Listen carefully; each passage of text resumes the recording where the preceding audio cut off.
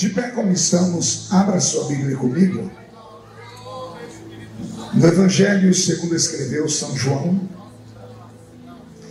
João capítulo de número 14, versículo de número 16 a seguir. Quem encontrou, diga amém. Amém. João 14, verso 16.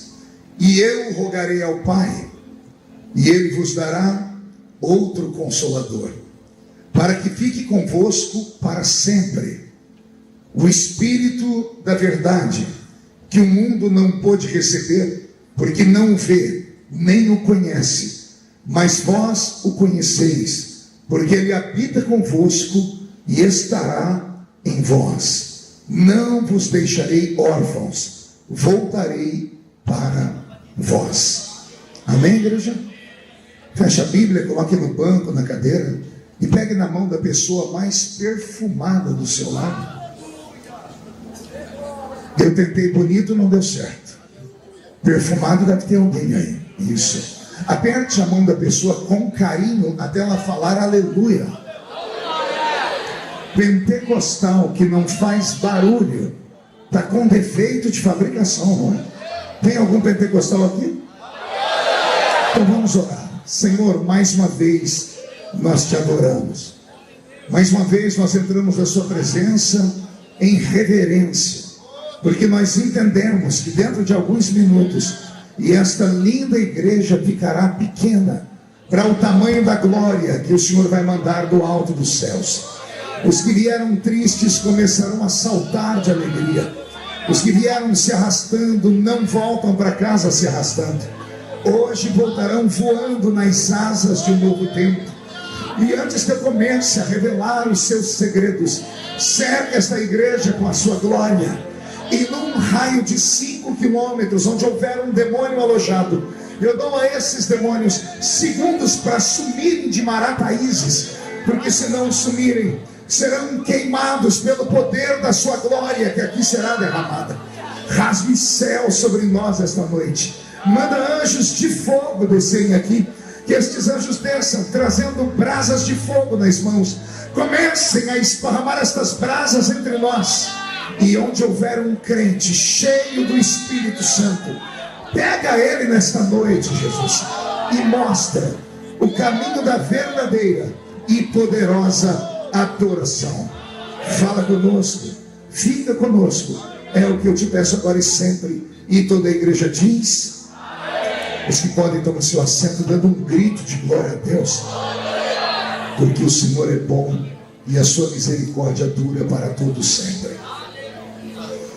Querida igreja, noiva do Cordeiro, simpatizantes da nossa fé, amigos que vieram de perto ou de longe para este lindo culto, eu fiquei extremamente feliz quando recebi o convite e me recordei que alguns anos atrás eu estive aqui. E eu falei ao Senhor: Senhor, me dá algo novo para que eu possa ministrar o coração da igreja de Marataízes, principalmente nessa festividade de jovens. E Deus me deu algo que, se eu conseguir traduzir em palavras o que eu já senti só em meditar, eu tenho certeza que o céu vai ficar bem baixinho aqui entre nós esta noite. Só que eu sou um pregador das antigas, eu sou um veterano, a minha barba branca me entrega. Então eu preciso que os crentes daquela antiguidade, da minha antiguidade, aqueles canela de fogo, sabe? Aqueles pentecostais raiz, não sei se tem algum aqui dentro, tem?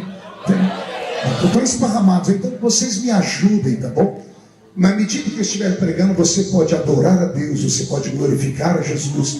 Eu acredito que a Assembleia de Deus ainda é a mesma. Pregava agora há pouco lá na Assembleia de Deus, já e o céu desceu naquele lugar. Ficou um ambiente tão abençoado que não dava vontade de sair de lá.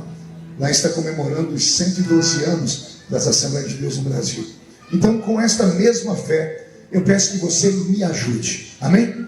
Se você puder evitar caminhar na igreja a partir de agora, eu vou te agradecer muito. Estou ficando um velho ranzinza, tenho dificuldade de estar pregando e as pessoas andando na minha frente. Corta a minha atenção, só Jesus na causa. Mas não é uma ordem, é só um pedido. Porque vai que no meio do culto te dá uma diarreia, daquela que não tem Imosec que resolva, Nós vamos entender se você levantar e sair correndo no meio do culto. Posso ouvir um amém da igreja? Amém. Olhe para quem está do seu lado e diga assim: você está preparado?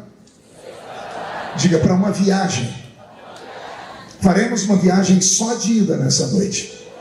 Uma viagem para dentro do coração de Deus. Quem quer ir nessa viagem comigo pode dar um grito de glória a Deus aí.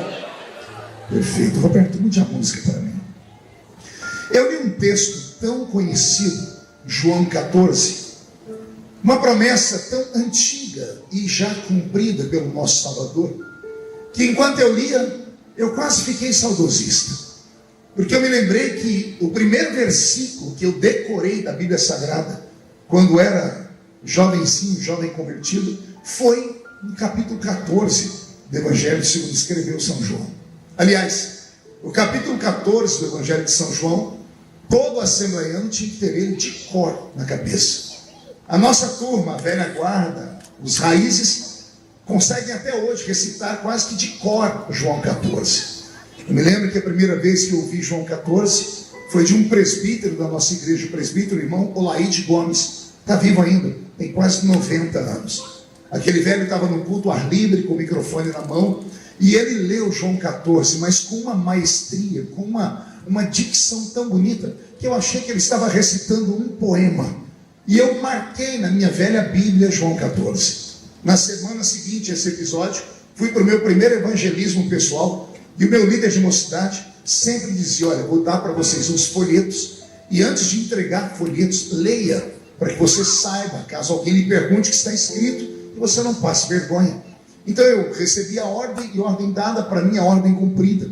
Peguei o texto, o folhetim da Sociedade Bíblica do Brasil, e em cima tinha um desenho de uma floresta, e o texto era João 14.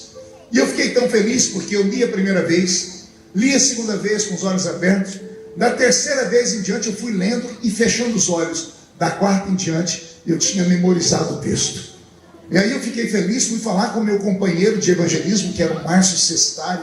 Falei: Márcio, aconteceu um milagre comigo. Ele disse: que milagre, Feliciano? Eu disse: decorei João 14. Ele abriu aquele sorriso banguela, porque ele só tinha 2 dentes na boca, o Márcio. Era o zagueiro e o atacante. E ele olhou para mim e disse assim: isso aí não é milagre não, porque nós, a Assembleia de Deus, sabemos João 14 de cor. Você só é mais um assembleiano. E eu fiquei feliz também. Alguém se lembra de João 14? Não se turbe o vosso coração. Credes em Deus, credes também em mim, porque na casa de meu pai, se não fosse assim, eu teria dito: vou preparar-vos um lugar, e virei outra vez, e vos levarei para mim mesmo, para que onde eu estiver, estejai vós também. Esta é a promessa do meu Cristo, e oxalá ele cumprisse essa promessa hoje à noite. E se a trombeta do arrebatamento tocar hoje à noite, e daqui de dentro desta linda igreja, de quem está assistindo pelo telão aí fora, só 2 crentes subirem, um eu tenho certeza que sou eu. Quem é o outro? Vem comigo, deixa eu ver. Eu quero ver você provar isso durante o culto. O que eu trago para vocês hoje é algo que vocês talvez nunca tenham ouvido. João 14 é um texto que está fora do esquadro do Testamento. Vocês sabem que a Bíblia Sagrada não foi escrita para ser um livro comercial. Os livros da Bíblia Sagrada foram escritos aleatoriamente. Esse livro, esse velho livro que nós carregamos, ele levou 1.600 anos para ser escrito. Quase 2 milênios. Ou seja, o primeiro escritor da Bíblia e o último nunca se viram. Nem sonharam em conhecer-se. Mas quem leu o primeiro livro da Bíblia e o último, parece que os dois sentaram numa mesa para bater um papo e dizer: olha, eu começo e você termina.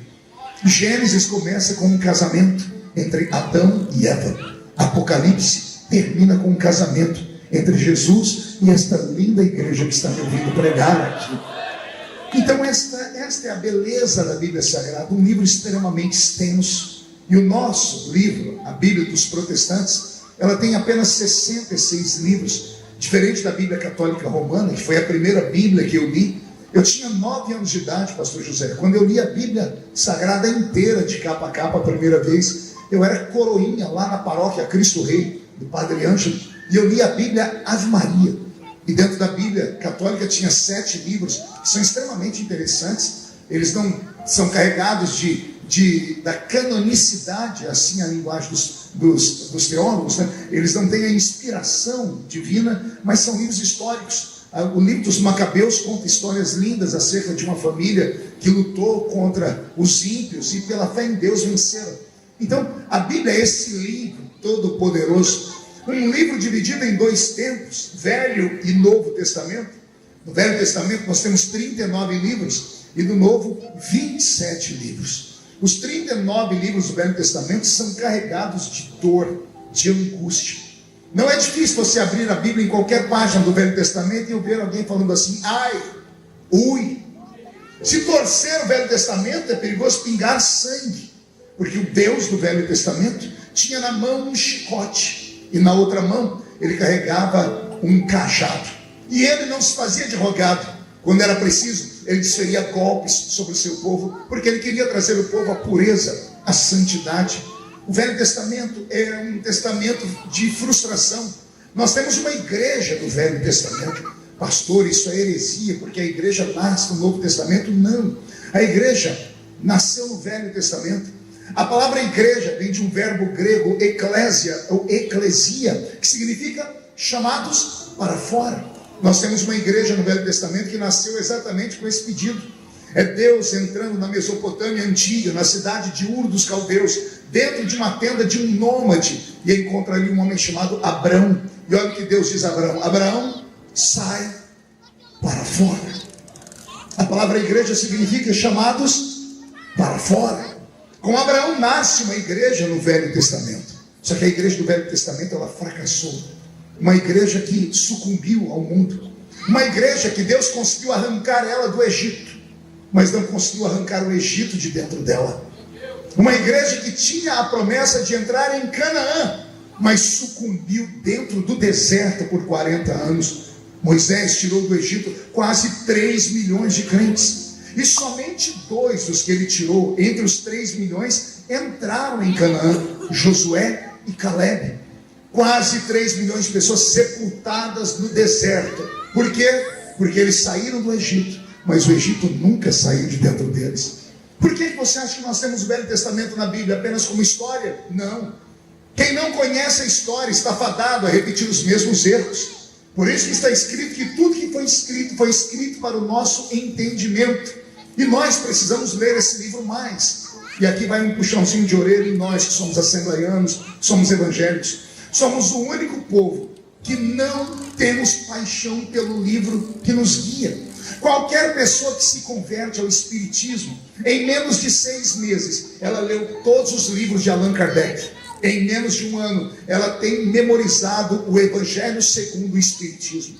Qualquer pessoa que se converte aos Testemunhos de Jeová, em menos de 2 anos, a pessoa tem dentro da memória quase 200 versículos decorados. E aí ela já pode sair para a rua para anunciar o evangelho deles. Qualquer pessoa que se converte ao Islã, em menos de 2 anos, já leu o Alcorão inteiro e está pronto para morrer por causa de Alá. Somos o único povo que se converte à fé verdadeira, temos a Bíblia Sagrada e ignoramos ela. Alguns só carregam ela debaixo do braço, pensando que é desodorante. Outros deixam ela aberta em casa, do lado da cama ou na estante, sempre aberta, ou no Salmo 91, ou no Salmo 23, como se fosse uma espécie de mandinga, uma macumbinha evangélica.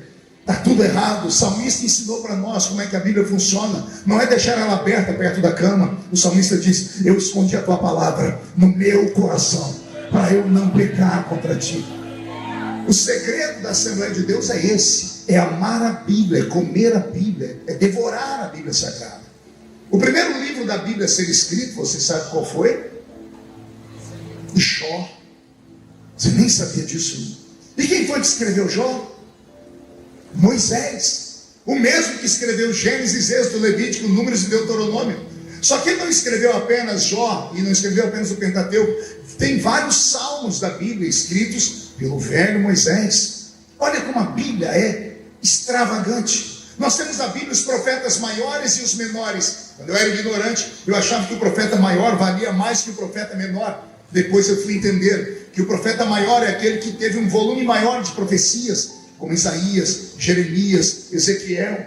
E os profetas menores, os que tinham um volume pequeno de profecias, como Abacuque, Sofonias, Ageu. Só que os menores não são diferentes dos maiores, não tem menos valor, pelo contrário, é num livro pequenino da Bíblia que só tem 2 páginas que tem esta palavra aqui, ó: aviva, Senhor, a tua obra no meio dos anos, a notifica. Na ira, lembra-te da misericórdia. Está lá no livro do profeta Abacuque. Então a Bíblia é esse livro, um livro que tem romance, tem amor dentro da Bíblia. Temos a carta de Salomão, a carta de Cantares, escrita para a velha sunamita.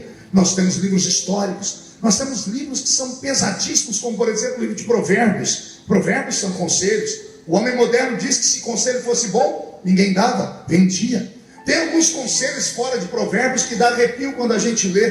Tem um que diz assim: melhor é o homem ir a um velório do que ir a uma festa. Tenta convencer o seu filho disso. Chega na sua filha e diz assim: ó, tem uma coisa boa para você fazer hoje. O que, mãe? Ó, vai num velório. Tem velório da dona fulano de tal, você vai ver como é bom. Que coisa, sua filha fala: a senhora é louca, a senhora é mórbida, a senhora gosta de coisa ruim. Mas está escrito que melhor é o homem ir a um velório do que ir a uma festa. Só vai entender isso quem é velho, porque o velho sabe a dor que é ficar em casa esperando o filho depois de uma noite de sábado e o filho não vem. Você não sabe para onde ele foi. Ele desliga o celular, deixa acabar a bateria do celular, esquece da gente, a gente fica agoniado. Porque quem vai em uma festa vai atrás de azaração, vai atrás de drogas, de sexo, etc, etc. Mas quem vai em um velório, não. A pessoa entra, olha para aquele paletó de madeira, vê um ser humano que estava vivo até ontem e diz assim: se foi ele hoje, amanhã pode ser eu. A pessoa sai pensando na vida. Esta é a Bíblia Sagrada. A Bíblia Sagrada é a boca de Deus falando. Quando eu era menino falavam assim, que a Bíblia aberta era a boca de Deus falando. Eu emendei depois de velho: fechada também é a boca de Deus falando. Quantos julgamentos são feitos ao redor do mundo, em países cristãos como os Estados Unidos da América, que antes de ter um julgamento, alguém apresenta uma Bíblia e faz o cidadão colocar a mão em cima dela e fazer um juramento.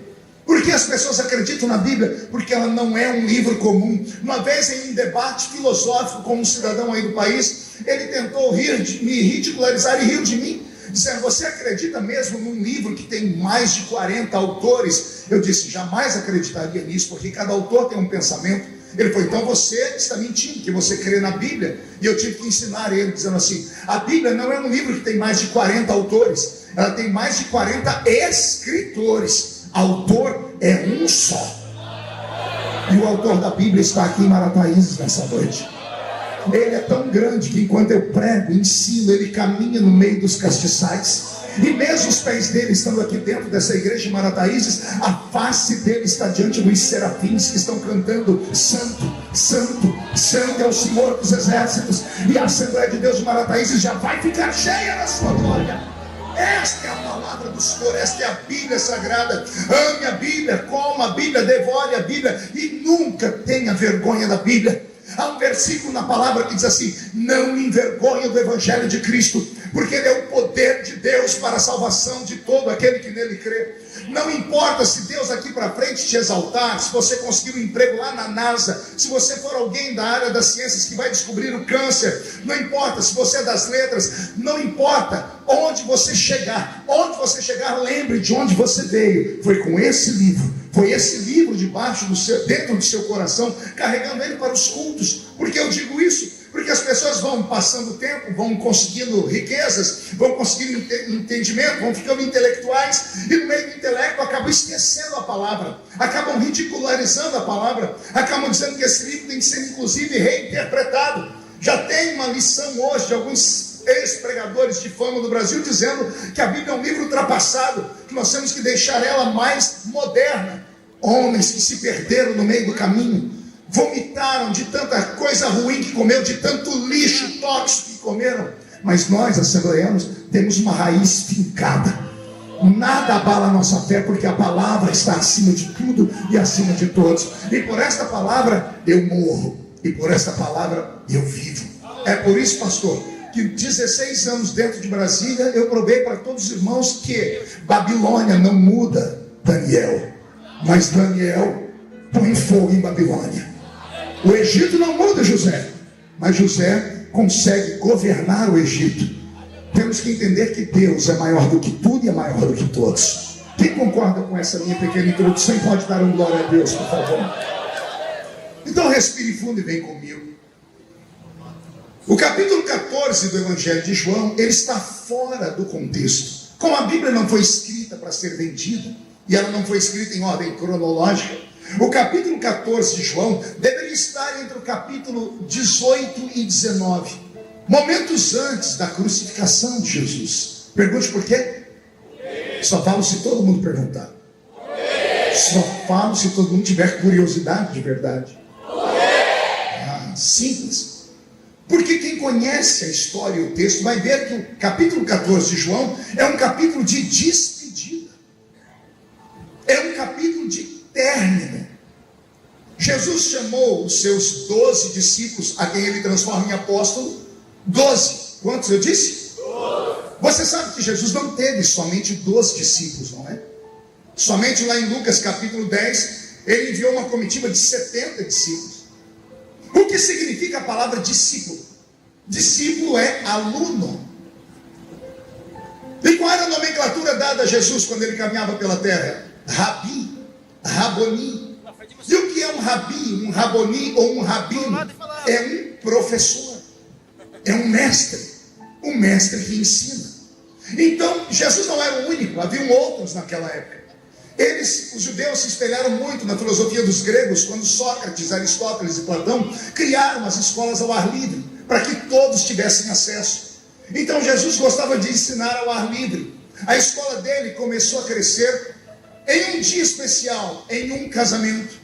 Quando Jesus estava lá nas bodas de Caná da Galileia, quando ele operou aquele sinal, aquele prodígio, transformando 6 taças de água em vinho. Quando aquele milagre aconteceu, Israel foi abalado. Faziam centenas de anos que não aparecia profeta em Israel.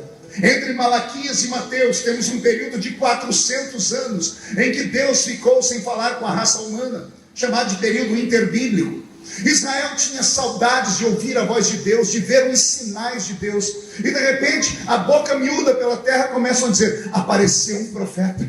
Onde? Numa festa de casamento. E como sabem que ele é profeta? Ele tocou em 6 taças de água, em 6 talhas de água, e as talhas, quando foram abertas, não tinham mais água, estavam cheias de vinho, e o melhor vinho da festa. A notícia esparramou, e sabe o que as pessoas faziam? Começaram a deixar as suas casas, deixar as fazendas, deixar os sítios, as chácaras. Israel vivia oprimido pelo Império Romano. Mais de 95% dos judeus não sabiam ler, não sabiam escrever, mal tinham alimento diário, ficavam chorando pelo peso que carregavam, se lembravam inclusive do cativeiro de Babilônia, que foi um outro período de muita dor. Israel estava carregado de angústia, e de repente alguém começa a dizer: surgiu um profeta de verdade. E perguntaram qual é o nome dele, e as pessoas diziam: Yeshua, o filho de Maria. Dizem que por onde ele passa coisas extraordinárias acontecem.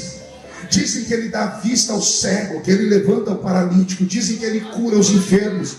Dizem que ele faz coisas extraordinárias. E as pessoas começaram a deixar a vida de miséria que tinham para seguir Yeshua. A escola de Yeshua começou a crescer. O rabino da Galileia começou a crescer. Ele começou a ter alunos, 1, 2, 10, 100, 1000, milhares. Houve um dia em que a aula de Jesus explodiu. Ele tinha 5.000 homens, fora mulheres e crianças na frente dele. Se cada homem tivesse uma mulher, e cada homem uma mulher uma criança, 15.000 alunos em uma única sala de aula, ao ar livre, no pé da montanha. E ali ele deu os maiores ensinamentos dele, que foi o sermão da montanha, que todo crente deveria ter guardado dentro do coração. Quando começaram a ver que ele era um professor que não só ensinava, ele praticava o que ensinava. Porque esse professor, ele chega gritando na terra dessa forma: é chegado o reino de Deus na terra. Meia dúzia entendeu? Eu vou falar de novo. Aqui está o texto áureo de Jesus. Em todo lugar que ele chegava, ele dizia: é chegado o reino de Deus aqui na terra. E o que era o reino de Deus? Era um reino que não tinha necessidades, era um reino que não tinha doenças, era um reino que não tinha falta de esperança, era um reino que não tinha dor, era um reino que não tinha morte, era um reino que não tinha tristeza. As pessoas começaram a caminhar para ver se isso acontecia. E onde ele chegava, o reino de Deus entrava com ele. Ele paralisou enterros. Ele tirou mortos de dentro da tumba depois de 4 dias. Ele levantou paralíticos. Ele abriu os olhos dos cegos. Os surdos ouviam. Os demônios fugiam dele. As pessoas com epilepsia eram curadas. E aí essa escola começou a crescer porque as pessoas viram que além de falar, ele dava sinais. Só que aí aconteceu um problema. Pergunte o quê? Começaram a gostar mais dos sinais do que das palavras. E quando começaram a acostumar mais com os milagres do que aquilo que ele ensinava, o professor começou a endurecer as aulas. Ele começou a bater nos alunos, ele começou a dar pesados ensinamentos, ele começou a ser forte, grosso. E teve um dia que ele deu tanto grito com os alunos, ele falou: podem ir embora. E ele saiu andando sozinho. Falou: perdi a minha sala de aula. Daqui a pouco ele escuta uns passinhos atrás dele. Ele para ver, e no meio de milhares vem andando 12. Ele olhou para os 12 e disse: vocês também não vão embora não? Aí um deles disse assim: e para onde iremos nós? Se só tu tens palavra de vida eterna, para onde iremos nós? E isso, Silas, tocou o coração de Jesus. E ele entendeu que o avivamento que ele provocaria no mundo não era com quantidade, mas era com qualidade. E olha que ensinamento, aqui dá 1 hora de pregação. A gente corre pelo Brasil e pelo mundo e o povo diz que só tem avivamento quando tem multidão. Isso é uma perfeita mentira. Eu estive ano passado, no ano retrasado, no maior ajuntamento de crentes da história do Brasil, lá na Marcha para Jesus. 3 milhões de crentes marchando. Eu fiquei orgulhoso. À noite eu liguei o Jornal Nacional só para ver o William Bonner ter que confessar que os crentes têm força. E quando o William Bonner está dizendo: crentes marcham para Jesus em São Paulo, 3 milhões de evangélicos. Quando eu fui dar glória a Deus, eu senti uma tristeza. O Espírito Santo me visitou e me deixou triste. Eu falei: por que eu fiquei triste, Senhor? Ele disse: seria muito bonito se o William Bonner continuasse a história. Eu falei: de que forma? Se ele dissesse: 3 milhões de crentes marcharam em São Paulo, vírgula, e um paralítico andou. 3 milhões de crentes oraram e um surdo ouviu. 3 milhões de crentes oraram e um pecador se converteu. Se ajunta 3 milhões de pessoas para nada, só para cantar e pular igual canguru. Não há um sinal, não há uma manifestação. Então isso não é avivamento. Quantidade não é avivamento. Avivamento é qualidade. Por exemplo, a igreja está cheia, não está?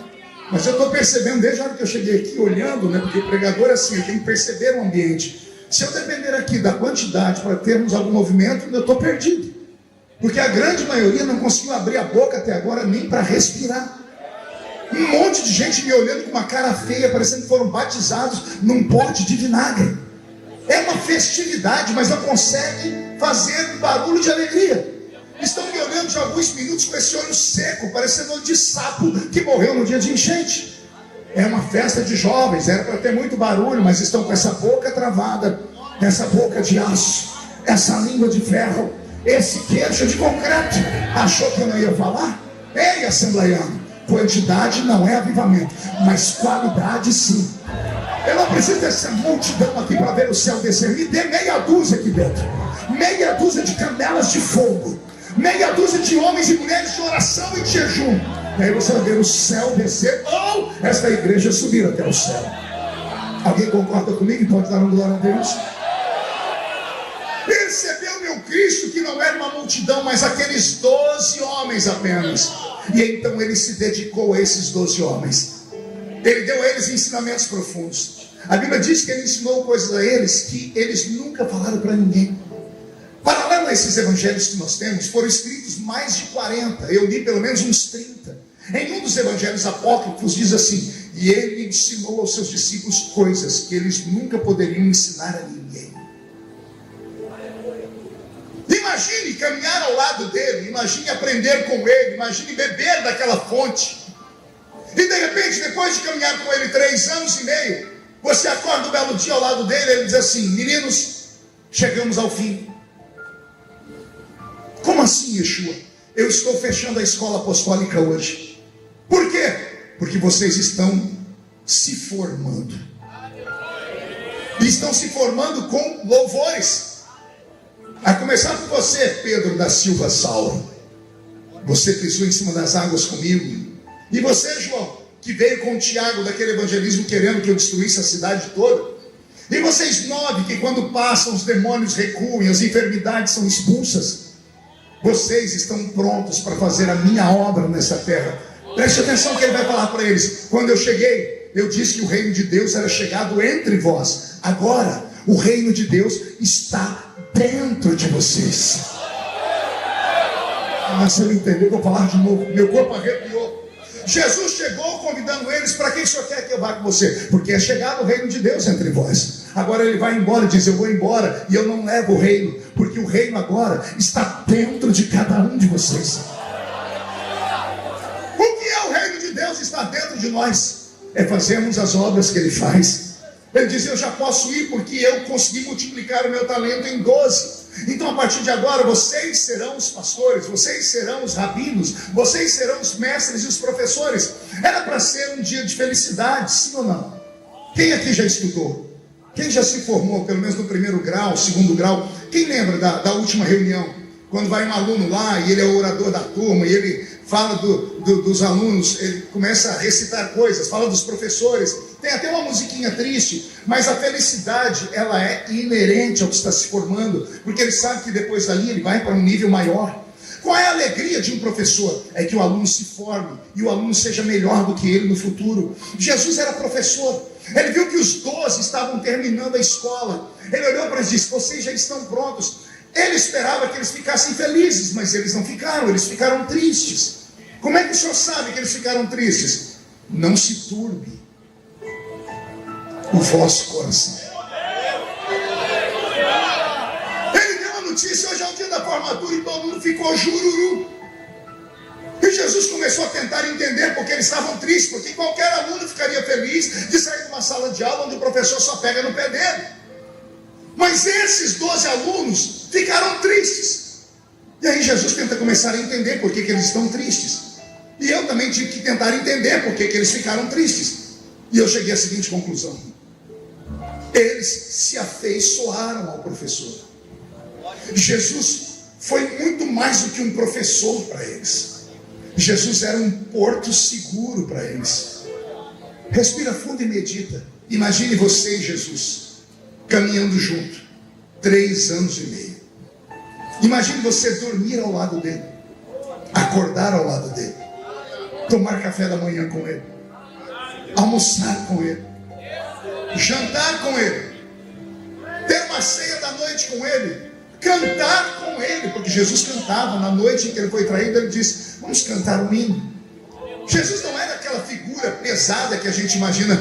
Olha, nunca fizeram, Hollywood nunca fez um filme tão parecido com Jesus, que eu creio na Bíblia, do que esse último que tem aí como é que é o nome da série? The Chosen.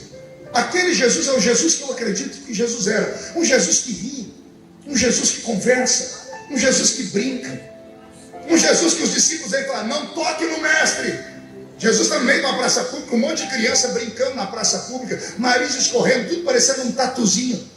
As mães pegam as crianças, levam para perto de Jesus, Jesus usando uma estola sacerdotal branca. Aí os discípulos: não toque no mestre, não toque. E Jesus dizendo: deixai vir a mim os pequeninos. E aí Jesus faz uma coisa que deixa os discípulos apavorados. A Bíblia diz: e Jesus tomando as crianças nos seus braços. Imagina a cena: roupa branca e tatuzinhos. Não entendeu? Jesus de roupa branca e um monte de criança de nariz escorrendo, tudo com a mãozinha suja de terra. E Jesus não abençoa eles de longe, ele pega e põe eles no braço, ele abraça eles. Era a maneira de Jesus dizer: quem tem que chegar perto de mim é quem está sujo. Eu abraço quem está caído, eu abraço quem despencou, eu abraço. Aleluia. Eu fico emocionado só de imaginar a cena. Eles se afeiçoaram a ele, porque Jesus não era só um Deus grande, o Deus do Velho Testamento com um cajado na mão, um chicote na outra, não. Esse Deus do Novo Testamento chegou com um vaso de alabastro, e dentro do vaso tinha um unguento. E ao invés de ele bater, ele curava as feridas das pessoas. Tem uma mulher caída, pronta para morrer. Ela foi arrastada pela beira da praia, pelo cabelo. Foi pega no ato de adultério. Aí chegaram perto dele e disseram assim, ó, a lei diz que é para matar. E o senhor o que diz? Ajoelhado ele ficou, porque ele estava escrevendo na praia. Estava escrevendo na areia. Ele não ia conseguir escrever em pé, a não ser que ele fosse um ginasta. Ele ficou agachado. Por quê? Porque todos que estavam acusando aquela mulher estavam em pé. A única pessoa caída era a mulher arrastada pelo cabelo. Olha o que ele fez. Ele, Deus, ficou no nível da pecadora. Os acusadores estão em pé. Só Jesus e ela estão aqui no mesmo nível. É ele dizendo, eu fico no seu nível, porque eu vim salvar você. E aí Jesus dá uma palavra que até hoje tem crente que não entende. Jesus diz, quem não tem pecado, atire. E o que aconteceu? Vai, me lembra da Bíblia. E o que aconteceu? Alguém jogou alguma pedra? Não atiraram nenhuma pedra nela. E se eu te falar que uma pedra atingiu ela? Meu Deus!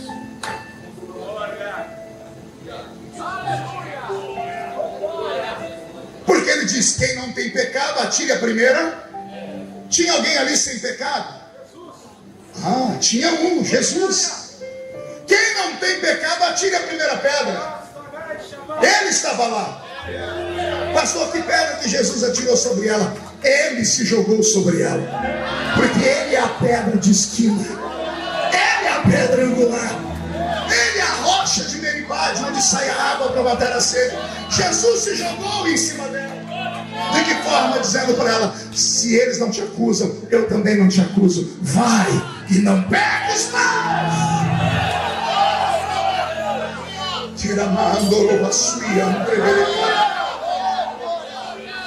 Eles se acostumaram com isso, com essa misericórdia, com esse perdão à disposição, com os milagres. E agora ele está dizendo, eu vou embora. Eles não viam ele mais como um Deus. Eles viam ele como um amigo. Eles se acostumaram a ter ele por perto. Eles não queriam ficar sem a presença dele. Aqui está o segredo da mensagem da noite. Triste é o crente que não percebe mais a presença dele.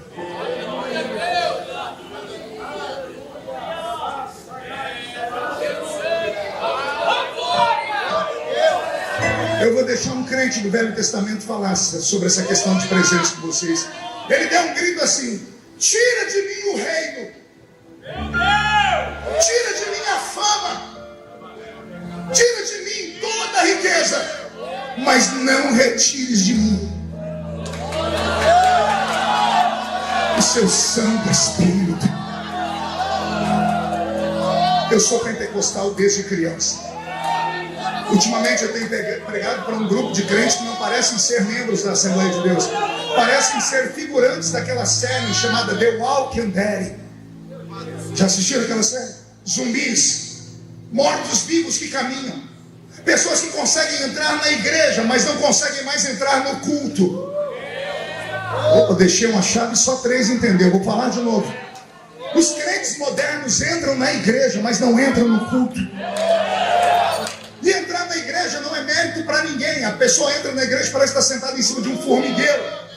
Ela entra na igreja e não consegue se ligar no céu. Entrar na igreja não é mérito para ninguém, porque fizeram até uma piada no Brasil. Dizem assim, por que o cachorro entrou na igreja? Porque a porta estava aberta. Os crentes hoje tentam oprimir os pastores, dizendo, pega leve comigo, pastor, porque pelo menos eu estou vindo na igreja. Pelo menos não, infeliz. Se for para entrar só na igreja, a porta da rua é serventia da casa. Não adianta você entrar na igreja e se tornar esse peso para a igreja. Você está aí com a perna cruzada, mascando essa desgraça desse chiclete.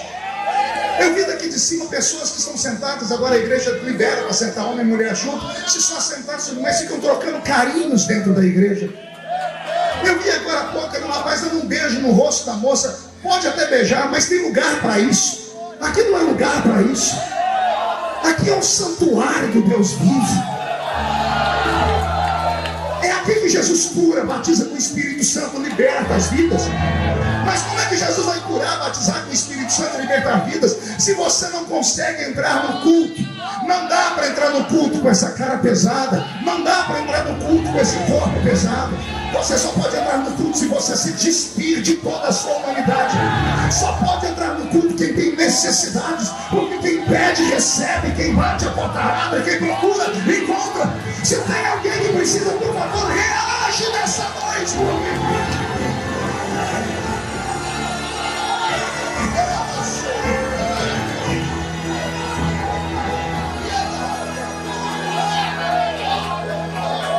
Vem comigo. Vamos tentar entender por que os discípulos ficaram tristes. Jesus tentou animar eles com uma palavra que parece heresia. Que parece o quê? Pergunte qual? Ele, Jesus, Deus, para animar eles, fala assim, pastor José: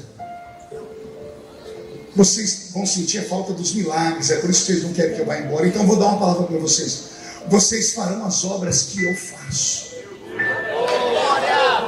e farão obras maiores. Isso não parece uma heresia? Como é que um comedor de arroz e feijão pode fazer uma obra maior do que o Filho de Deus encarnado?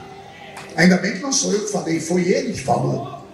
Jesus tentou empolgar eles dizendo assim: olha, eu fiz obras grandes e vocês caminharam comigo, só que quando eu for embora, vocês vão fazer as mesmas que eu fiz, e alguns de vocês vão fazer outras maiores. Vamos relembrar o que ele fez? Ele chegou em um cemitério um dia, olhou para uma tumba, mandou tirar a pedra e disse: morto, sai para fora. 4 dias morto, já estava podre, cheio de bicho, cheirando mal. Eu não sei o que foi feito dos bichos nem da carne podre. Eu sei que o morto lá de dentro veio saltando. Aí ele ressuscitou o morto de 4 dias. E olha o que ele disse: eu fiz essas obras, mas vocês farão obras maiores do que essa. A mente da gente não consegue acompanhar esse raciocínio, não é? Jesus levantou paralíticos, ele vem e diz assim: eu levantei paralíticos, mas vocês farão obras maiores do que essa. Eu curei cegos, mas vocês farão obras maiores do que essa. Eu expulsei demônios, e vocês farão obras maiores do que essa. Eu não estou pregando para uma plateia que veio apenas para assistir um show. Eu estou falando com os discípulos do século 21. Todos os que estão aqui são discípulos de Jesus. Quem é discípulo de Jesus? Então o mestre me mandou falar com você hoje, porque hoje eu sou uma espécie de rabino, porque eu já estive onde você está e hoje eu estou ensinando. Eu só estou repetindo o que o nosso professor disse: cada um de vocês é uma bomba atômica de Deus andando pela terra. Se os crentes entendessem quem eles são, eles não sairiam da igreja com o ombro caído, com a carinha triste porque o irmão pisou no dedo do pé dele. Se os crentes soubessem do que eles são capazes, não trocariam Jesus por causa de um quimba de cigarro fumado. Se os crentes soubessem a autoridade que está na mão deles, no pé deles, na boca deles, eles dominariam o planeta Terra. Você não é normal. Anote que eu vou dizer: este culto, quando terminar debaixo de uma apoteose do Espírito, vai dar a você uma unção tão grande, mas tão grande, que quando você colocar os pés na rua dessa casa essa noite, vai haver um terremoto naquela terra. Não na terra física, mas no mundo espiritual. Zé Pilintra, Zé Pilantra, Chucaveira, Tranca-Rua, Preto Velho vão se mudar das ruas de Marataízes depois desta noite. Terrenos de macumba vão fechar. Anote o que eu estou dizendo: bocas de fumo vão fechar. Lugares de prostituição vão falir. Por quê? Porque os alunos vão sair daqui hoje debaixo de uma autoridade, farão as obras que fez o mestre e farão obras maiores do que essa.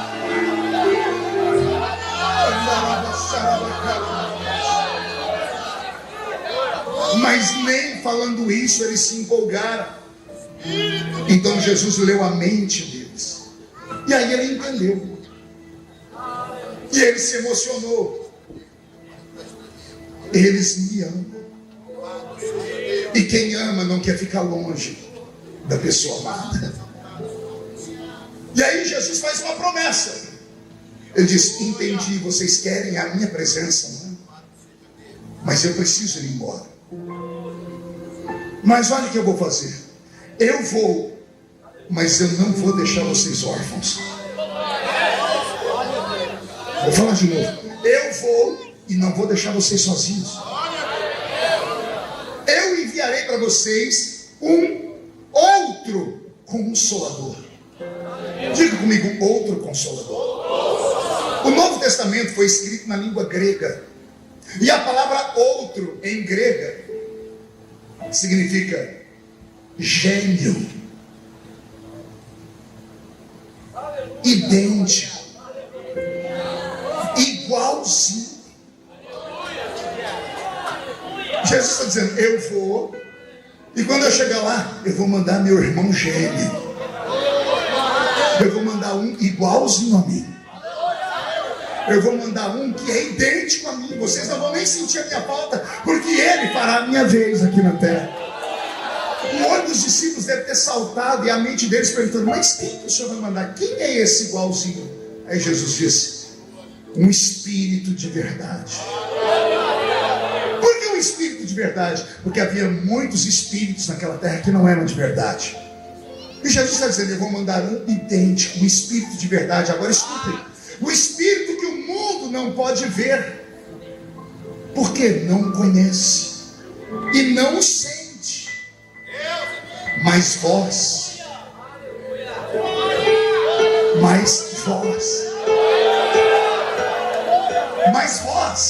o conheceis. Olha o que ele vai dizer. E ele estará convosco. Mas ele não termina aqui, ele diz, ele estará convosco. E se tudo der certo, um dia ele vai estar em vós. Com e em. Diga comigo, com e em. Ele diz, quando ele chegar, ele vai ficar convosco. Por que convosco? Porque vocês vão ter que conquistar ele como me conquistaram. Vocês vão ter que manter intimidade com ele como mantiveram comigo. E a intimidade não é da noite para o dia, leva tempo. Você tem que comer pelo menos 1 quilo de sal com a pessoa para conhecer ela. Jesus está dizendo, ele vai chegar e vai ficar com vocês. Aí cumpre a vocês conquistá-lo. Para quê? Para ele deixar de andar com vocês e ele vir morar dentro de vocês.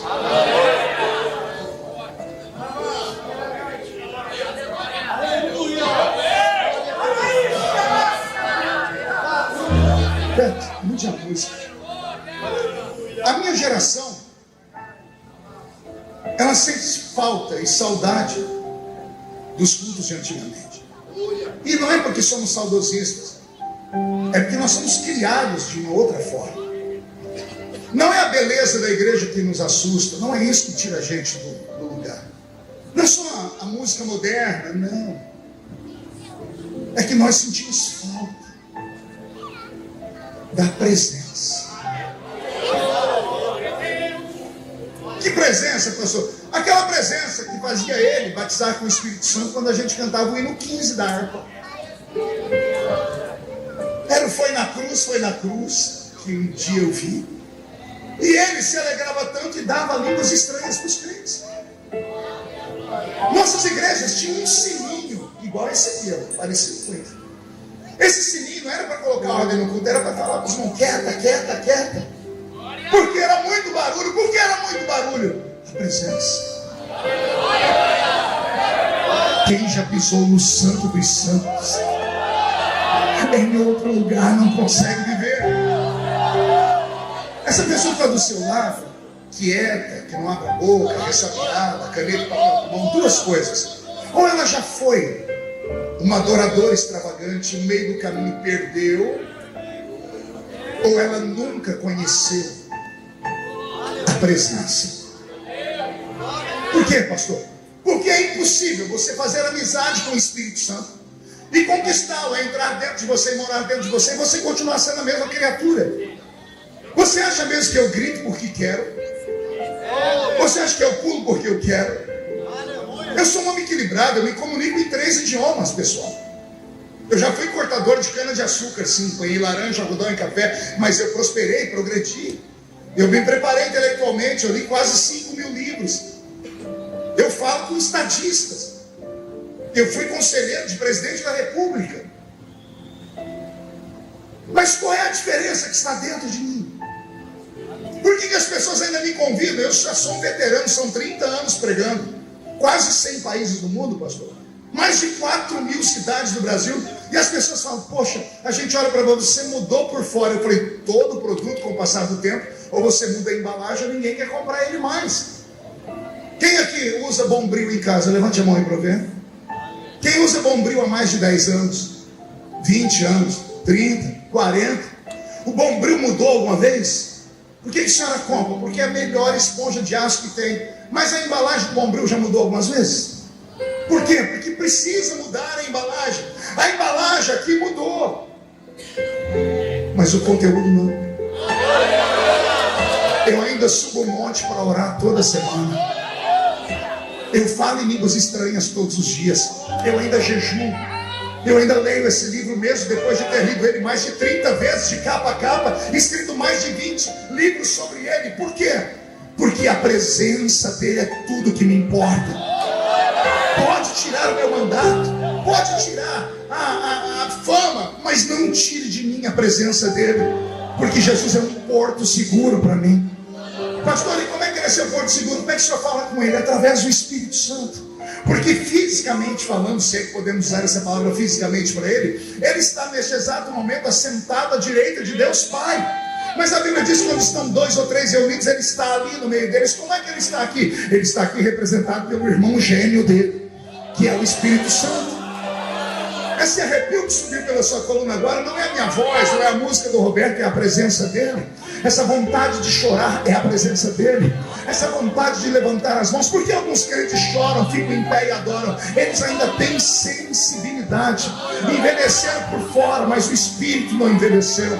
Eles são aquele tal de velho crente, mas não é um crente velho. Tem uma diferença imensa do crente velho para o velho crente. O crente velho é aquele que envelheceu até na fé. Por isso que ele não adora mais, não chora mais. Reúne lá no fim do culto com meia dúzia de pessoas que têm a língua maior do que a minha gravata, só para murmurar da reunião, da palavra, do louvor. Nada presta para eles, porque envelheceram na fé.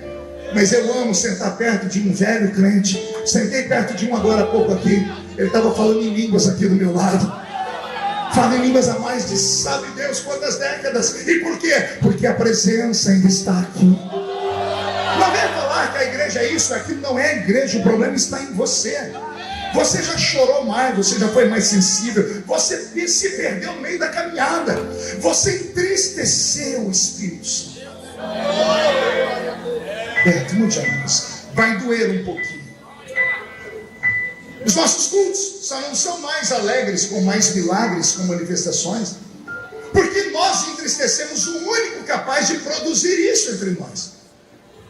O pregador pode gritar, soprar, jogar paletó, não vai acontecer nada, porque não é o homem que provoca, é o Espírito Santo. Qual a diferença da geração antiga para a nossa? Pergunte qual, pastor? A geração antiga tinha o Espírito Santo dentro deles. A nossa, o Espírito Santo só fica do lado. Ele está conosco, mas não pode estar em nós. Quer perguntar por quê? Me ajude, vem cá. Fique aqui do meu lado. Pega na minha mão. Não, devagarinho assim. Esse aqui representa o Espírito Santo e eu sou você. O Espírito Santo com você. Você vai e ele vai. Você para, ele para. Você recua, ele recua. Mas de vez em quando você quer ir onde ele não pode ir. E aí quando você vai e ele não pode ir, ele tenta te segurar. Ele fica dizendo, não vai, não toca, não olha.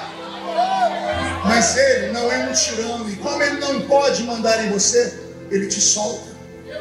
E você vai sozinho.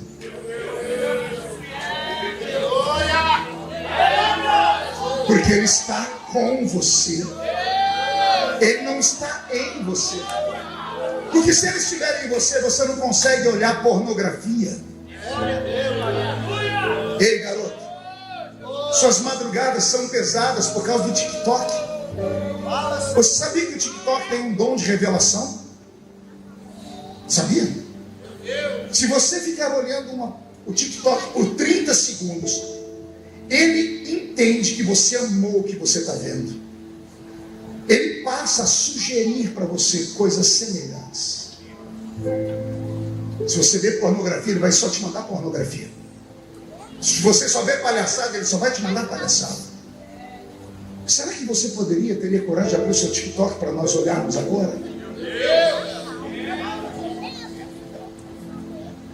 O Espírito Santo não pode olhar o que você olha, porque fere ele. Jesus passando por aqui disse: se forem pecar, pequem contra mim ou contra o meu Pai, porque tem perdão para isso. Se pecar contra o Espírito Santo, não tem perdão nem hoje nem nunca mais. O Espírito é santo. Os nossos pais se santificaram. Então o Espírito Santo não andava com eles, andava dentro deles. Pergunte de que jeito? Assim. Sua mão na minha cintura, sem apertar. Ele é todo grosso. Põe a mão aqui em cima. Fecha os seus dedos. Fica com o braço tranquilo, tranquilo. Pé direito, pé esquerdo. Vamos caminhar. Segura a minha cintura.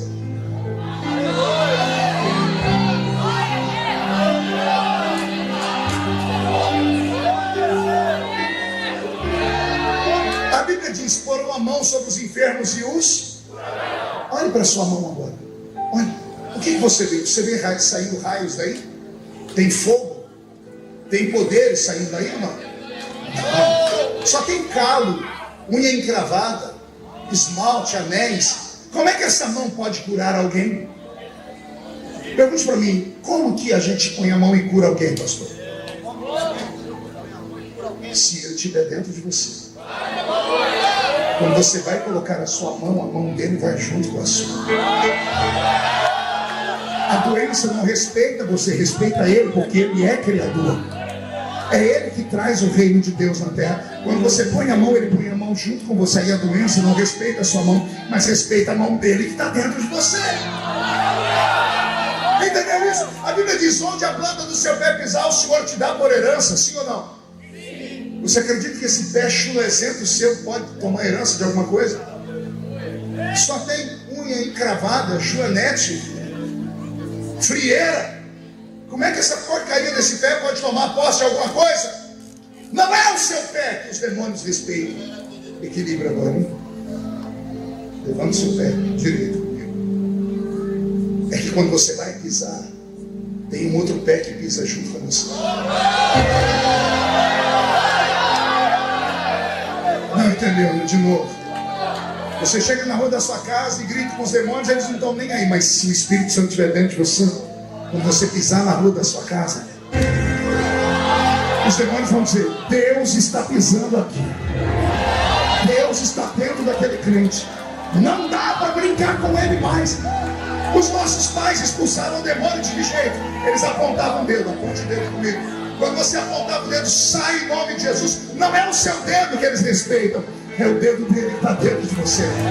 Quando você fala sai em nome de Jesus, não é a sua voz que eles respeitam, é a voz dele que está dentro de você. Obrigado. Obrigado. Estou com o meu corpo todo arrepiado. Está na hora do Espírito Santo tomar de volta o controle da sua vida. Está na hora dele voltar a tomar conta do seu ministério, pastor. A sua congregação não pode ficar daquele jeito. Deus não pode ter te chamado para você simplesmente terminar daquele jeito. Não, tem mais coisas para acontecer. Deus quer te dar aquele bairro inteiro. Deus quer te dar coisas que Ele nunca deu a ninguém. Ele não me traria aqui nessa festa só para você matar a saudade de ver um belo pregador. Não, eu tenho orado há anos: Senhor, me leve só em lugares que precisem de um avivamento. E avivamento é pegar quem está morto e ressuscitar ele. É pegar quem está em coma e trazer ele de volta à vida. Pastor, mas está doendo o que o senhor está falando. É sinal que você ainda está vivo. Só vivo sentem dor. E a minha Bíblia diz que Deus bate e açoita só quem Ele ama. Se está doendo, é sinal de que Deus está dizendo: eu ainda te amo, eu ainda tenho pacto com você, eu ainda vou te usar de novo. O Senhor me trouxe aqui porque Ele quer virar a sua vida do avesso depois dessa noite. Alguém acredita nisso? Então agora não dá um grito, não dá um berro de glória a Deus para acordar a cidade.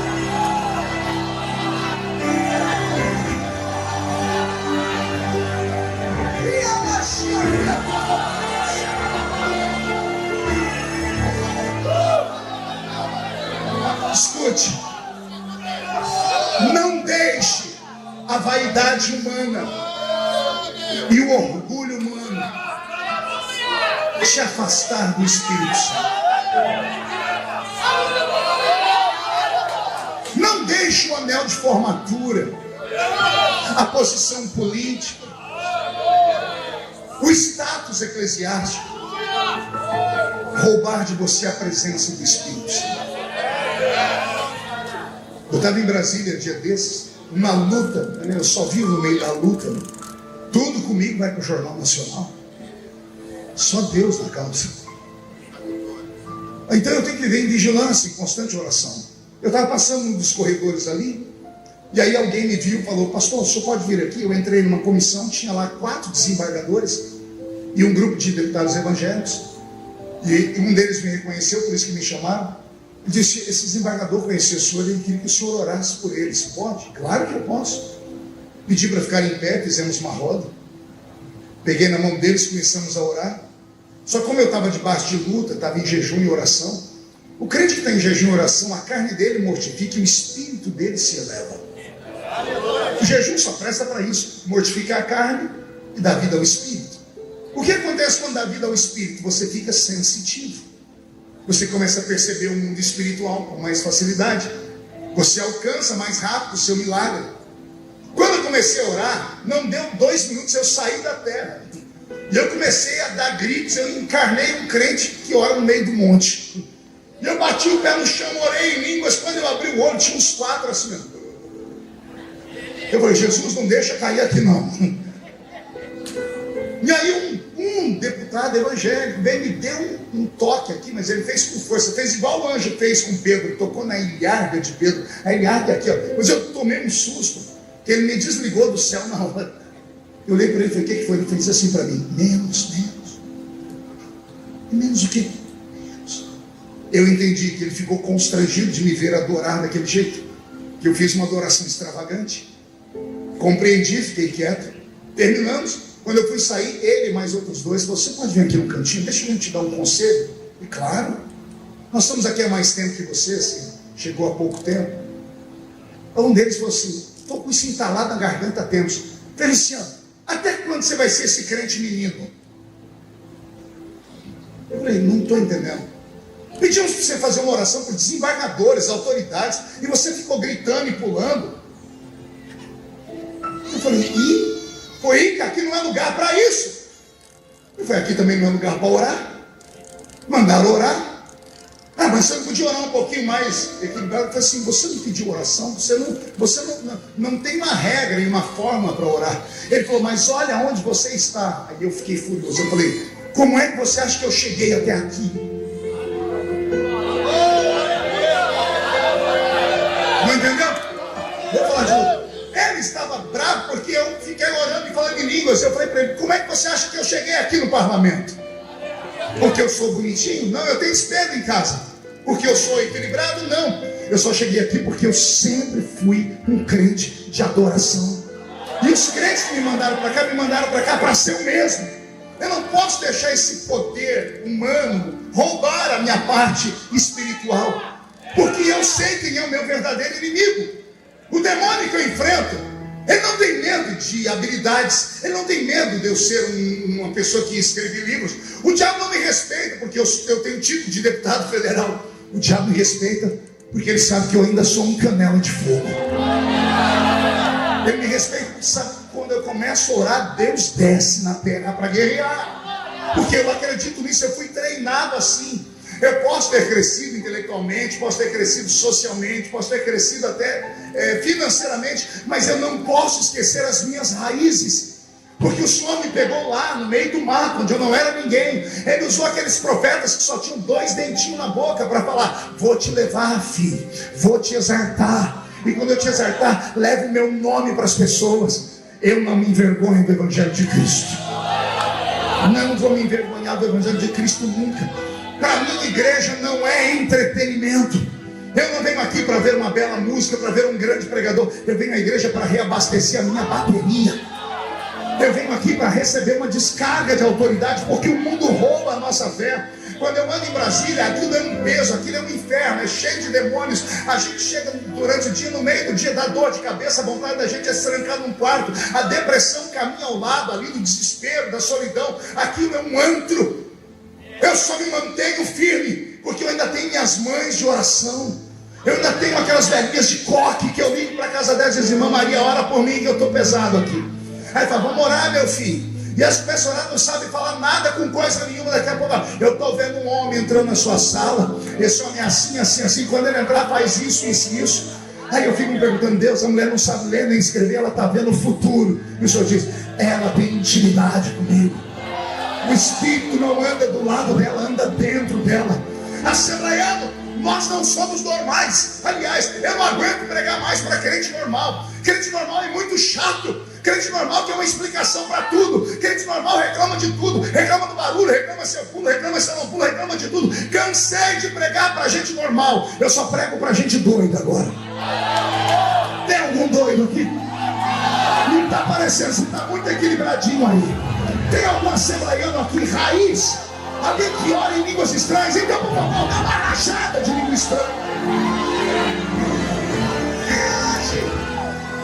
Avivamento não é uma questão louca de uma mente que sofre de catalepsia. Avivamento é uma questão de sobrevivência. Quando alguém pergunta: como é que o senhor aguenta a luta? Eu digo: para mim é simples. Meus pés estão fincados em uma rocha. Eu cresci numa igrejinha cheia do Espírito Santo. Eu ouvi a voz do meu Deus. Eu sou da geração que tinha sonhos proféticos. Eu sou da geração de vigílias. Não era culto na madrugada. Vigília. Da gente chegar e o presbítero olhar e falar assim: vamos cantar uma harpa, fazer a leitura da Bíblia, vamos começar o primeiro período de oração da vigília. Dava lá meia-noite, 1h da manhã. Terminava 1h da manhã, o presbítero falava amém, cantava o hino da harpa, lia outro texto. Alguém viu alguma coisa?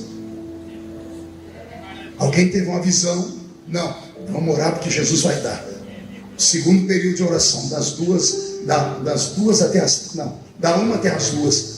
2h da manhã levantava, o presbítero cantava um corinho. Alguém viu alguma coisa? Não, vamos orar porque Jesus vai mostrar. A gente ia rompendo até a alva do dia nascer. Quando dava 4 ou 5h da manhã, um monte de gente começava a ter visão. Não sei se era do cansaço, não sei se... Eu sei que todo mundo tinha visão, tinha testemunho para contar. E a gente saía de lá com um sorriso Colgate nos lábios. Um sorriso Elma X de orelha a orelha, dizendo: o Senhor esteve conosco. E aí nada prendia a gente no culto, em casa. Não tinha novela, não tinha filme, não tinha jogo de futebol, não tinha sorveteria, não tinha nada, nada. Para nós era culto e ponto final. Por quê? Porque a gente sabia como o culto começava e não tinha noção como ele ia terminar. Talvez esse seja o seu problema. Você entra na igreja, dá uma olhadinha e diz assim: eu já sei como é que vai acabar o culto. Eu já sei quem vai pregar, já sei quem vai cantar. Pior, eu sei que a pessoa vai pregar e eu sei o que é que a pessoa vai cantar. Nós não podemos deixar isso acontecer. Tem que ser uma novidade todo culto. Por quê?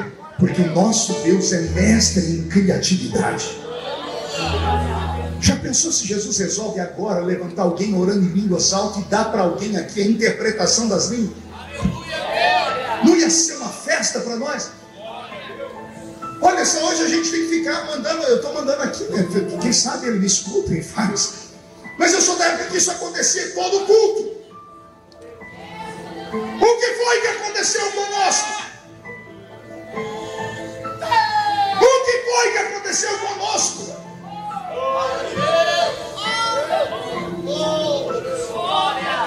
O Espírito Santo ficou triste com a gente. Paulo fala umas coisas na carta aos Coríntios que me deixam com medo. Ele diz assim: não entristeçais o Espírito. Em outro texto ele diz assim: não extingais. Extinguir é aniquilar, é mandar ele embora de forma que ele não volte nunca mais. No capítulo 13 ele fala assim: havendo profecias, serão aniquiladas, havendo línguas, cessarão. Versículo 8, do capítulo 13 da carta aos Coríntios. No capítulo 12, Paulo fala sobre os dons do Espírito Santo. Aí no capítulo 13 ele começa a dizer: só vai acontecer isso se vocês amarem o Espírito Santo. Por isso o amor nunca falha, porque é a sequência do capítulo 12. Só que antes dele falar dos dons do Espírito Santo no capítulo 12, no capítulo 11 ele fala como é que o culto tem que ser. E ele começa a dizer: o culto de vocês não é normal porque os anjos estão aí dentro. Vou falar de novo. Paulo diz que os anjos estão dentro do culto. Ele diz: então, mulheres, se portem bem para que vocês não sejam escandalosos diante dos anjos.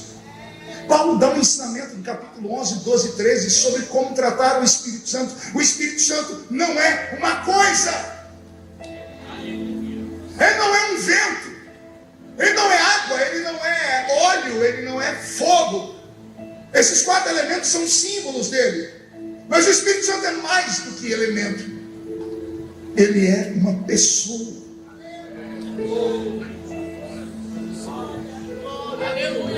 Uma vez minha mãe foi num culto me ver pregar. Ela não era crente. E quando cheguei em casa ela disse assim: meu filho, me explica por que você ficou daquele jeito no culto. Eu disse: que jeito, mãe? Você pulava, gritava, ficava vermelho. Eu falei: ah, mãe, eu não tinha cultura bíblica ainda. Eu falei: ah, é uma coisa que me pega quando eu estou no culto. Aí minha mãe falou: ah, já sei, é encosto. Eu falei: não, mãe, não tem nada de encosto na igreja não. Eu falei: uai, meu filho, se for que é uma coisa que te pega, eu disse: mãe, eu vou aprender, depois eu vou ensinar para a senhora. Um dia eu orei e falei: senhor, me dá para eu ensinar para minha mãe. E o senhor me ensinou. Aleluia. Cheguei e falei: mãe, não é uma coisa, não é algo. Ela disse: é o quê? É alguém. Ele falou: como assim? Eu falei: mãe, não tem uma coisa dentro de mim, não tem algo, tem alguém dentro de mim. Ela falou: quem é esse alguém, meu filho? Eu falei: é o Espírito Santo. E ela disse: o que ele faz quando ele entra aí dentro? Mãe, ele limpa a casa. Ele me faz me converter, ele me convence do pecado, da justiça e do juízo, e ele me dá os dons espirituais. 34 anos depois, minha mãe se converteu, batizei ela nas águas. Está lá em Orlândia agora. 34 anos esperando. O Senhor Deus não rompe com as suas promessas. Ele quer trazer um avivamento sobre Marataízes. Aqui não é a terra do abacaxi? Pois então, quem sabe descascar abacaxi é o povo de Marataízes. Abacaxi para nós, o resto do Brasil, é sinal de problema. Tem um abacaxi para descascar ali. Então, se essa igreja sabe descascar abacaxi, essa igreja vai dar ao povo do estado do Espírito Santo um gostinho do que é o céu. Eu estou recebendo uma palavra, não sei se eu libero ou não. O Senhor está me dizendo que se houver a aceitação desta proposta nessa noite, se esta juventude que está aqui se dedicar e se entregar e pedir ao Espírito Santo para ele deixar de caminhar como e vier morar dentro, caminhar em vocês, vai haver um avivamento tão grande aqui, que o estado do Espírito Santo vai enviar caravanas aqui. Vai ter dias de parar ônibus aí só para saber o que está acontecendo nessa igreja. Por que as pessoas entram doentes e saem curadas? Por que as pessoas entram aí com vontade de morrer e saem com vontade de viver? E aí você vai poder dizer: é que o Espírito Santo encontrou morada aqui nesse lugar. Perca tudo na vida, só não perca a presença do Espírito Santo. Sem Ele não dá para viver. E assim como eu sinto essa tristeza, Ele tem tristeza também. Quando você entrou aqui dentro da igreja, Ele estava lá na porta. Em qual delas, pastor? Em todas, porque Ele é onipresente. Quando você entrou, Ele deve ter dito assim: quem sabe é hoje que ela vai voltar para mim, que ele vai voltar para mim, que eles vão voltar a me amar como antes, vão voltar a dançar comigo, a bailar comigo no culto, vão perder a vergonha e o receio que as pessoas vão dizer, porque quem fala de você não paga as suas contas. Só tem uma maneira de você voltar para casa hoje: é cheio do Espírito Santo. E Ele está aqui. O desespero do Espírito Santo é tão grande, e eu termino aqui, que há 5 meses atrás o mundo inteiro olhou para os Estados Unidos, para uma cidadezinha lá no estado do Kentucky, uma universidade. Dentro da universidade, uma capela. Não era uma igreja. Qual a diferença? Capela, todas as religiões podem usar. Os alunos iam lá na secretaria e falaram: queremos a capela para fazermos aqui uma obra de bruxaria. A faculdade dava. Queremos a capela para fazer uma missa. A faculdade dava. Queremos uma capela para colocarmos ali as nossas crenças budistas. A capela dava. É uma universidade. Você sabe que é uma universidade americana? Se as universidades aqui do Brasil são perversas, os alunos são tudo virados, imagina uma universidade americana, onde tudo é liberto, tudo, as pessoas podem tudo e um pouco mais. Sabe como é o recreio de uma universidade? As pessoas saem em tribos: a tribo que vai fumar maconha, a tribo que vai cheirar cocaína, a tribo que vai fumar o crack, a tribo que vai para os cantos escondidos da faculdade fazerem sexo, a tribo que vai para jogatina, a tribo que vai para a azaração, a tribo que vai rir das piadas de TikTok. Tribos, meninos e meninas que, se você falar em Deus para eles, eles dão risada na sua cara. Pois bem, foi lá numa universidade dessa que um dia, na hora do recreio, cada um foi para um campo. Uns foram fazer sexo, outros foram cheirar cocaína, outros foram ver pornografia, outros foram jogar. Saíram 5 meninos e meninas para a capela. Chegaram na capela e disseram: vamos fazer um culto? Vamos. Não tinha ninguém para tocar um violão, não tinha um pregador. Esses meninos começaram a orar. Era para ser só uma oração comum de meia hora.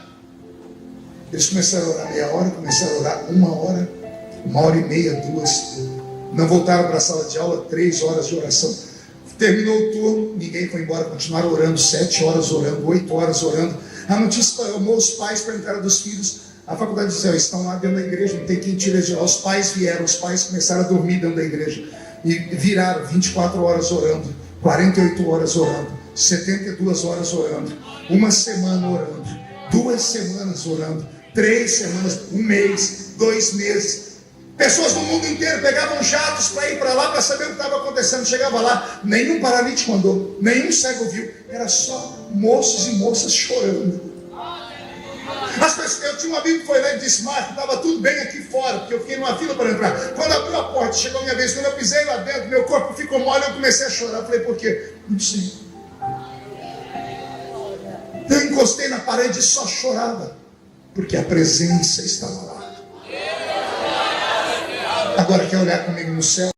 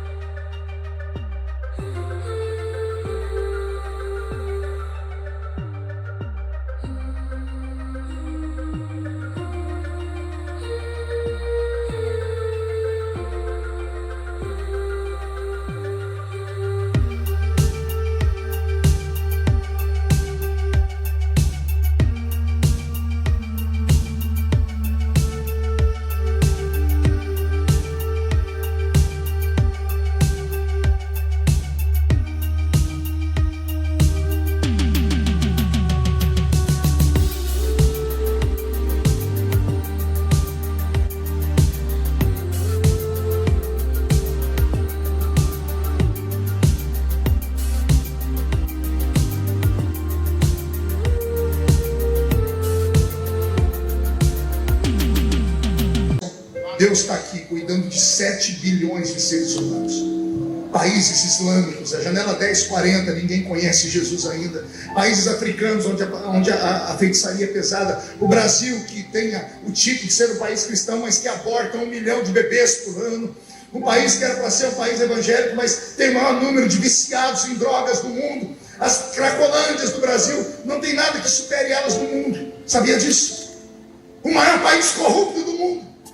Tudo que não presta está aqui. E Deus tendo que administrar tudo isso. E uma igreja letárgica. E os crentes divididos. E os crentes questionando sobre salvação. Uma bagunça. E Deus tentando administrar. Ele olha para os Estados Unidos. O fedor que sobe daquela nação é terrível. Só pecado grosseiro. Mas no meio daquela caatinga, Deus sentiu algo perfumado. Eu imagino vocês sentiram também, anjos? O Senhor está vendo um fedor lá daquele país liberto. Sim, mas eu senti um fiozinho de bom cheiro. E Deus começou a procurar de onde vem. Os olhos dele parou dentro de uma universidade. 5 meninos, moços e moças, orando. Quando Deus viu aquilo, para não perder, o Senhor disse: quero anjos agora lá, cerca aquele lugar, para o diabo não atormentar eles. O louvor deles é perfeito.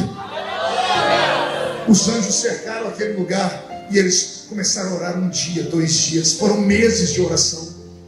Milhares de pessoas voltaram para Jesus.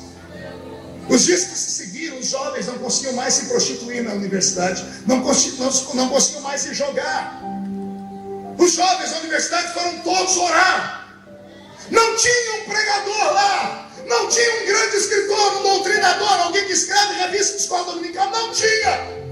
Tinha meia dúzia de adoradores. Se aconteceu lá, por que não pode acontecer aqui? E por que não acontece, pastor? Porque você morre de vergonha. A senhora diz: não, eu não quis. Se for para Jesus me batizar com o Espírito Santo, tem que ser do meu jeitinho. Eu não quero rolar pro chão, não quero cair.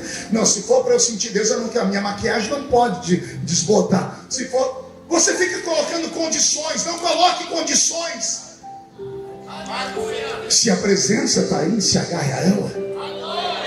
Vou falar de novo. Se está sentindo Ele, então feche os olhos, ignore quem está à sua esquerda, à sua direita. Se entregue. De que forma, pastor? Pede até Ele te dar. Fala com Ele. Tem esse profeta maluco falando há 2 horas aí, é verdade? Se é verdade, eu quero receber. Faz o teste. E Ele vai te batizar com o Espírito Santo. E Ele vai te dar dons. E quando esse culto terminar e você voltar para casa, a sua vida nunca mais será a mesma. Por quê?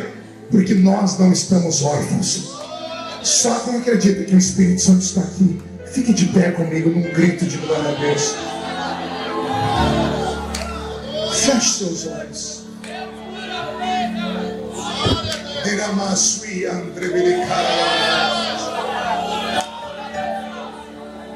O que nós precisamos é que Ele volte a ser como Ele fazia no passado. Nós não queremos nada novo. Nós só queremos o mesmo que os nossos pais tiveram. O nome dele é Jeová Jiré. Ele proveu no passado, Ele pode prover no presente de novo.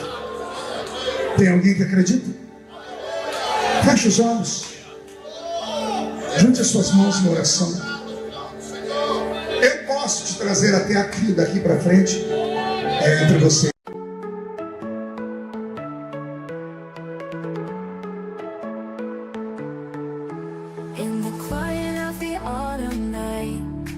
A gentle breeze whispers its delight. Leaves rustle softly, stars gleam bright. In your arms everything feels right. Moonlight paints our shadows tall. In the breeze I hear your call. Autumn breeze in the night so tenderly. In your embrace I feel so free. Every sigh, every touch we share.